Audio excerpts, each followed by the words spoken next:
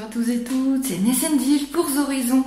Aujourd'hui, une petite recette. Une recette pour nos amis les insectes et certains lézards. On va faire de la gelée. Vous savez, les petites gélies que l'on achète normalement en bourse ou sur des sites internet ou à votre animalerie du coin, si vous avez la chance d'en avoir. On va en fabriquer, ça va être vachement plus simple et vachement plus économique, vous allez voir, vous avez forcément ça chez vous ou alors il vous faut vraiment pas grand chose pour compléter. Il y a de nombreuses recettes qui traînent sur internet, Google est votre ami, et donc on va faire celle qui me semblait le mieux, j'ai mixé, j'ai regardé, et donc on va tester, j'ai pas encore testé, donc je vais la faire avec vous, ça sera pour Mayul et mon lézard, je suis sûre qu'ils vont adorer. Donc la recette est pour à peu près 700 g de gelée. Il vous faut 2 bananes bien mûres, de l'agar-agar, du jus multifruits, du miel et techniquement c'est du vinaigre blanc. Bon moi j'ai pris ce que j'avais, je crois que c'est du balsamique, c'est le plus clair, le plus simple que j'avais. Ça c'est pour la conservation. Le reste c'est pour le goût et l'alimentation. Donc on va commencer tranquillement notre petite recette. Je vais couper les bananes en morceaux. Ça me semble quand même vachement plus pratique pour ensuite mixer, parce que forcément il va falloir mixer tout ça, c'est somme toute assez logique.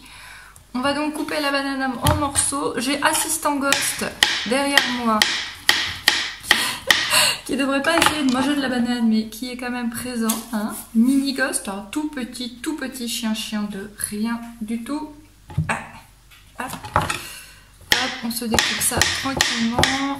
Je mets tout ça dans un bol, parce qu'à un moment donné, il faudra mixer tout ça. Alors, ensuite, on y ajoute une cuillère à soupe de miel, qui était bien collée. Ah, ça sent bon, c'est du sucré. Ça sent bon, ça. Et c'est clairement pas bon pour toi. Hop, une cuillère à soupe de miel, une bonne cuillère à soupe en ce qui me concerne. Hop, voilà, je vous mets le bol plutôt comme ça. Ensuite, il faut un demi-litre de jus de fruits concentrés. Donc, on va le mesurer. Et ensuite, on va garder l'équivalent d'un verre.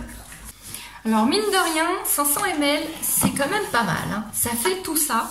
Et donc, on garde l'équivalent d'un verre qui va nous servir à faire notre agar-agar, tout simplement. Voilà, je pense que c'est largement suffisant. Voilà, et le reste, on le met dans notre petite mixture. Voilà. Alors le vinaigre, c'est également des cuillères à soupe. Alors j'ai beaucoup hésité à mettre cet ingrédient là, mais c'est que pour la conservation, donc ça me paraît pas mal. Mais je vais vraiment y aller mollo pour le coup. La cuillère, il y a encore du miel dedans, c'est pas plus mal, comme ça il n'y en a pas trop. Voilà, vous avez Ghost qui boit en fond sonore, c'est parfait. Et votre verre de jus de fruits, vous le faites bouillir, tout simplement parce que l'agar-agar a besoin d'être mélangé à un liquide chaud. Donc vous le faites bouillir et une fois que votre liquide est en train de bouillir, est à ébullition, vous mettez votre agar-agar. Il faut mettre 3 à 4 grammes d'agar-agar. C'est pas hyper précis. On va tester un peu. Je pense qu'il vaut mieux trop dur que pas assez, si je puis m'exprimer ainsi. On va donc partir sur 4 grammes. Hop, et donc un sachet, ça fait 2 grammes. Ah ouais, ça va être super facile à doser en fait. Un sachet, ça fait 2 grammes. On va donc mettre 2 sachets. Là, personnellement, ma boîte contient 4 sachets. L'agar-agar, c'est clairement ce qui a coûté le plus cher. Ça a coûté 4 € et quelques la boîte. Donc vous avez de quoi en faire 2 fois.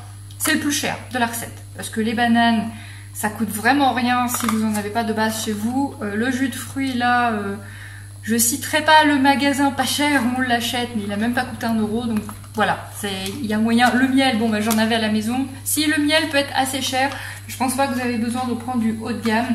Et généralement, on a déjà du miel chez soi. Voilà, ça bout. Je baisse donc clairement la température parce que ça sert à rien que ça déborde de partout.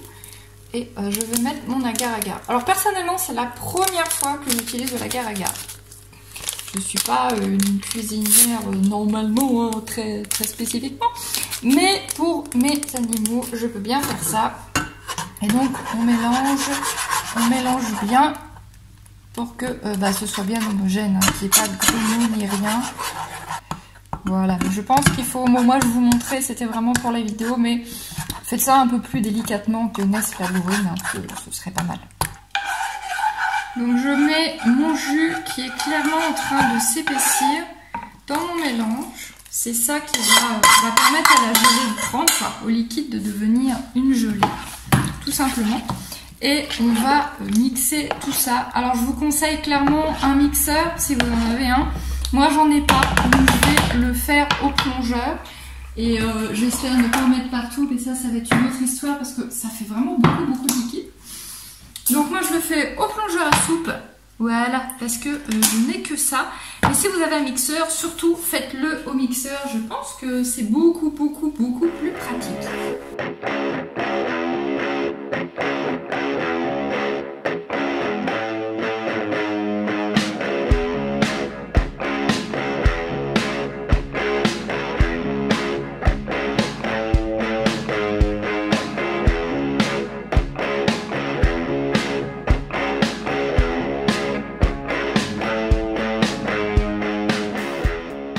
Et bah ça me paraît pas mal du tout. En fait au plongeur ça marche super bien. Bon, je pense qu'au mixeur vous allez quand même plus vite, mais j'en ai pas mis partout et ça me paraît vraiment très bien.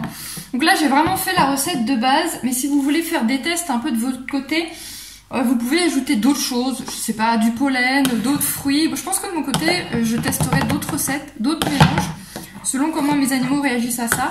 La banane c'est très bien parce que je sais que ma Yule adore ça. Mais non, ça c'est plutôt joli comme liquide.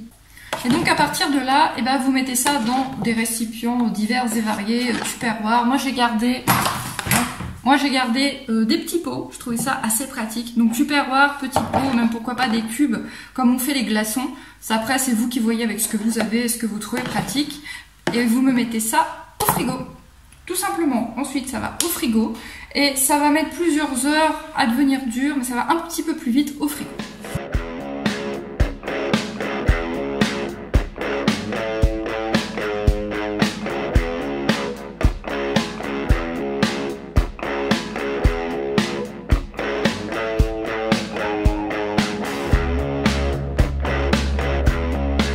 Et voilà, j'ai plus qu'à mettre tout ça à durcir, à tester sur mes animaux. Je vous montre le résultat, donc bah moi je l'enregistrerai demain, hein, une fois que ce sera la consistance recherchée.